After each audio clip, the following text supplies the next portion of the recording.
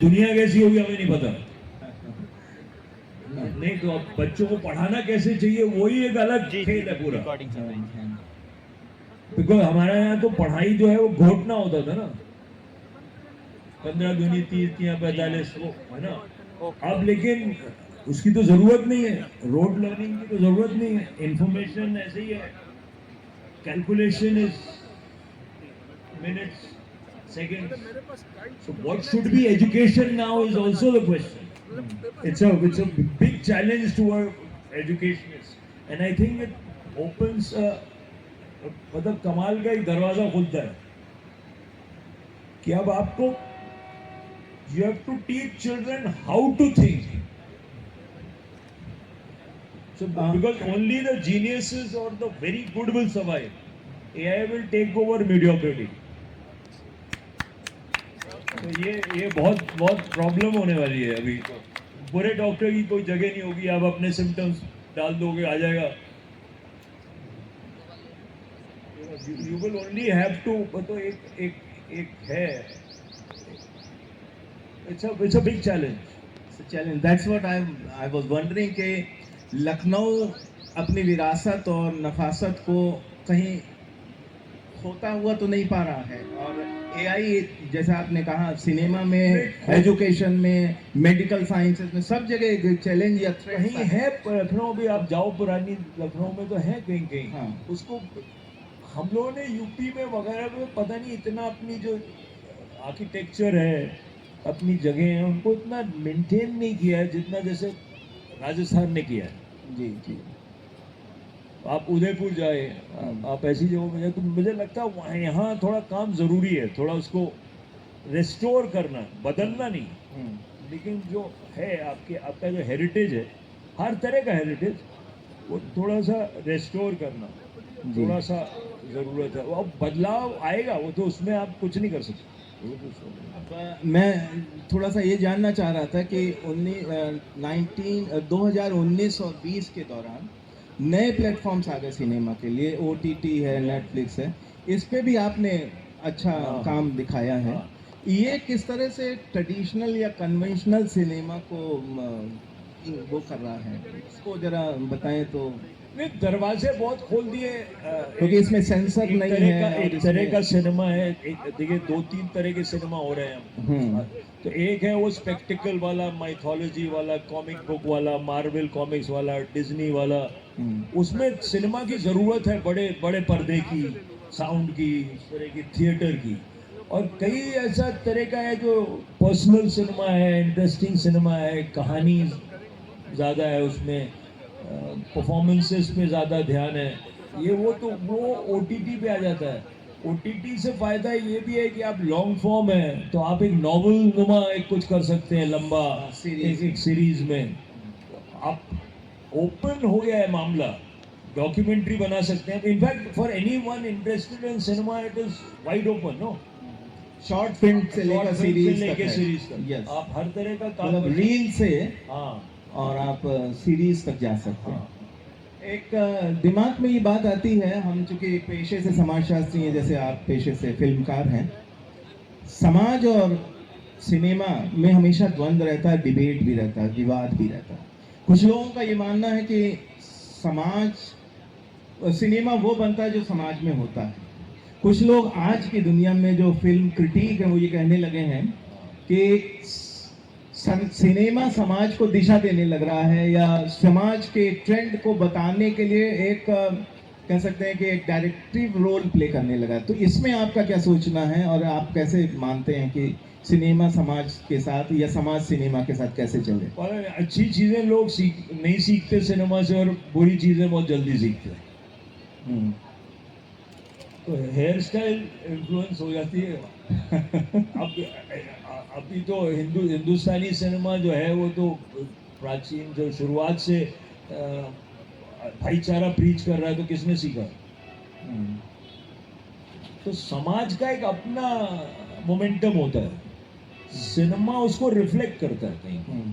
वहीं से तो लोग आते हैं, फिल्म मेकर वहीं से। तो अब कोई बहुत ही बड़ा फिल्म मेकर होगा जो इतना, और जो पॉपुलर भी हो सकेगा और जो कलात्मक भी हो सकेगा, वो जो है हो सकता है कहीं इन्फ्लुएंस करे, या cinema as a whole sometimes can affect the world we live in.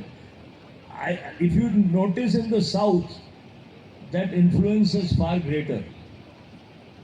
Politics और समाज का, सिनेमा का रिश्ता कुछ ज़्यादा है, क्योंकि वहाँ के लोग जो हैं वो थोड़े से रूटेड हैं. जो फिल्म मेकिंग है साउथ में वो थोड़ी उपजती है वहीं से. तो वहीं का यहाँ पे हम लोग की हिंदी सिनेमा में सब बम्बई चले जाते हैं, अपने रूट से कट जाते हैं, और फिर वो एक तरह का सिनेमा बनता है जो रूटलेस होता है, या होम सिकनेस मार्केट को अपील करता है, या वॉशिंगटन में समोसा इवनिंग जो है वो उसकी वजह से चलती है, वो सब होता है. ऐसा सिनेमा ज़्यादा पॉपुलर हो गया नॉर्थ इंडिया में, इसलिए थोड़ा लोगों से कट गया मेरा ख्याल है. बट जो समाज में ट्रेंड हो रहा होगा वही रिफ्लेक्ट होगा ज़्यादातर सिनेमा में. अब हम लोग कई लोग हैं जो थोड़ा सा जो चल रहा है उससे अलग हट के कुछ करते हैं, तो पता नहीं कितना असर होता है, बट हम तो वही करेंगे. चलिए बहुत अच्छा, ये स्टैंड आपका कायम है, क्योंकि हाँ, एक सिनेमा में ये भी ट्रेंड आ रहा है कि जो दिखाना चाहता है पैसा लगाने वाला या निर्देशक, वो समाज को दिखाया जा रहा है. एक ये भी ट्रेंड आ रहा है जिससे चिंता वो भी होता है. ज्यादा वो होता है. मैं एक क्वेश्चन के बाद अपने ऑडियंस से क्वेश्चन लूंगा. एक क्वेश्चन ये है मेरा कि जो सिनेमा है इस समय, वो सिनेमा में जो यूथ है हमारा, वो क्या करियर देख सकता है? क्योंकि करियर आजकल तो इट्स अ प्रॉपर करियर, क्योंकि पहले शौक था सिनेमा, पहले पैशन था, आपने भी बताया कहीं में पैशन था. अब ये क्या करियर की तरफ शिफ्ट हो रहा है? अब तो कॉर्पोरेट्स में नौकरियां हैं, और मैनेजमेंट में नौकरियां हैं, एक्टिंग में तो है. OTT जो आया उसकी वजह से हर तरह के, पंकज त्रिपाठी भी स्टार है, मनोज वाजपेयी भी स्टार है, राजकुमार राव भी स्टार है. उस तरह के लोग वो बहुत काम, छोटे छोटे एक्टर्स के पास टाइम नहीं है, तो वो तो बहुत कुछ हो गया. टेक्नीशियंस को बहुत काम मिल गया है. बहुत सारी लड़कियां आप देखोगे तो ऑलमोस्ट जो बहुत सारे जगह इट्स अ मेजर चेंज. इतनी सारी लड़कियां आजकल सिनेमा में, इतनी सारी. पहले तो कॉस्ट्यूम में इसमें होती थी, अब हर जगह, हर फील्ड में एडिटर्स, DOPs आने लगे, एक्ट्रेसेस तो वही हैं. धीरे धीरे जोया अख्तर, रहीमा कार्की, डायरेक्टर्स, बहुत सारे डायरेक्टर्स भी आने लगे. So I think now it's a career, बहुत सारे प्रॉपर करियर. मैं अपने स्टूडेंट्स से और यहाँ पर बैठे सारे जो श्रोता समूह है उनको भी चांस देना चाहता हूँ कि यदि कोई जिज्ञासा या कोई प्रश्न हो तो अपना हाथ उठाकर 1 by 1 हम 4-5 लोगों के क्वेश्चंस लेंगे. तो माइक एक दे दीजिए, माइक, हैंड माइक दे दीजिए. आप संक्षेप में अपना नाम बता के प्रश्न पूछ लें, लेकिन question should be brief, crisp, so that हमारे सुधीर जी अच्छे से आंसर दे सकें.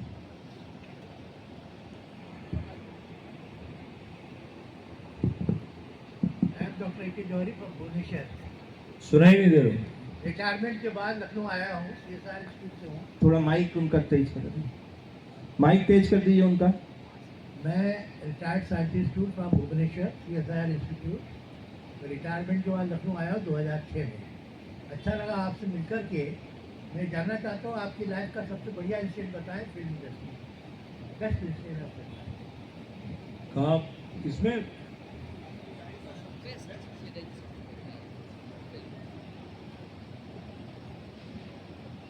कितने सारे. हर फिल्म एक अच्छा एक्सपीरियंस है.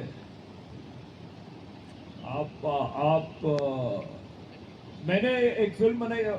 देखिए, टैलेंट जो होता है उसको सब कई लोग ब्लेसिंग बोलते हैं, मैं उसको कर्स बोलता हूँ.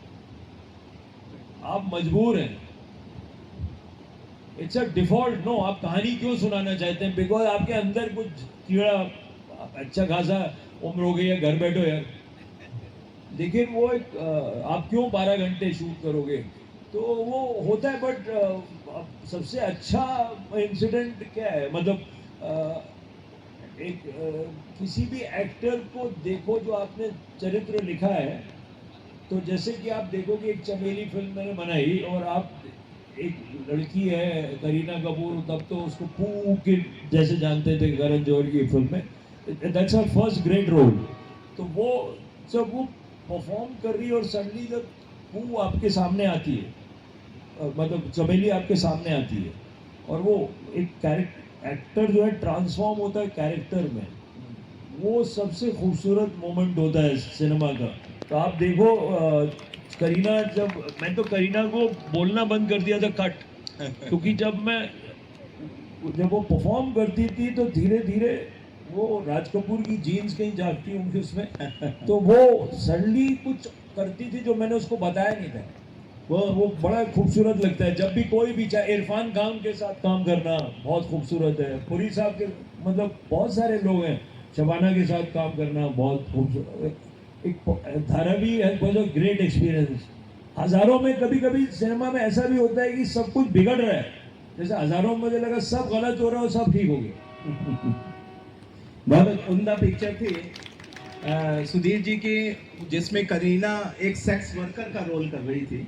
ये जो अभी चमेली का जिक्र किया, 2003-4 की सिनेमा है वो, बिल्कुल उसमें वो किरदार, वो आप सही कह रहे हैं, मैंने उस सिनेमा को बड़े गहराई से देखा था, और आज भी वो उसके जहन में है कि वो उसने किरदार, कहीं डायरेक्शन का असर था या उसका खुद का एक्टिंग का था, कि वो किरदार ऐसा लगता है कि बिल्कुल जिंदा हो गया, और जिस किरदार से वो चलती है उस किरदार के बाद वो दूसरा एक नायिका जो चेंज लाना चाह रही है वहां बदल गया है। तो वो बहुत अच्छा आपने उसमें डायरेक्शन दिया, मैं उसका तारीफ करता हूँ। उसके एक्टर डायरेक्टर दोनों होते हैं। हाँ, डायरेक्टर का भी और एक्टर का भी। अब मैं अपने जीसी शुक्ला सर से कहूंगा कि वो भी प्रश्न करें। हेलो, आवाज जरा वॉल्यूम माइक में। हेलो। मेरे जो आजकल के नए हैं आपके directors, film makers, like Anurag Kashyap भी हैं उसमें, ये गालियों का बड़ा प्रश्न हो गया उसमें। और मैं जहाँ तक अभी भी सब समाज में है वो गालियाँ नहीं दी जाती, केवल दो स्टेटा के लोगों। चलिए अमीनाबाद चलते हैं तो। लेकिन वो जरूर रिक्शे में बैठते हैं, बुर्का पहनते हैं, और आपको गुजारता उन गलियों में, आप क्या बात कर रहे हो? नहीं, तो लेकिन मैं बताऊं कि हम आपने लखनऊ को बिल्कुल नहीं, हाँ, लेकिन देखिए गालियाँ ज्यादा इस्तेमाल करने का कोई तो होता नहीं है, क्योंकि फिर उनका असर खत्म हो जाता है। नहीं, तो आप मैं हमेशा कहता हूँ अपशब्द भी शब्द होते हैं, लेकिन उन शब्दों का बहुत किफायत से इस्तेमाल करना। कभी कभार कोई एक वर्ड कर दिया, हाँ, तो जैसे मैं पिक्चर आई थी वेंसडे में नाज़रीन साहब आप छत पे बैठ के उनको के गाली बकते हैं ऐसी बहन की, जैसे उसको जो आपके आतंकवादियों का, हाँ, वो बुरा नहीं लगता, बट ये जबरदस्ती की गालियाँ एक दूसरे को, और जिसको बच्चे देखते हैं वो गाली सीखते हैं, तो बच्चों से कितना बचाएंगे आप? ये एक्चुअली मैं समझता हूँ कि शायद इससे थोड़ा सा इससे दूर रहना जरा अच्छा रहता। हाँ, तो लेकिन जिसको ना देखना हो बंद कर दे। उसमें लिखा होता है ना, जैसे सिगरेट स्मोकिंग या लिखा होता है कि इसमें शब्द ऐसे हैं, वो वार्निंग होनी चाहिए मेरे ख्याल से। और वार्निंग जरूरी है, हो सकता है अपनी माँ, मैं नहीं देखूं अपनी माँ के साथ, बाकी लोग। ओटीटी में लेके आता है कि इस पे खराब वर्ड्स है, ये उसमें अजय से आप हाँ, कभी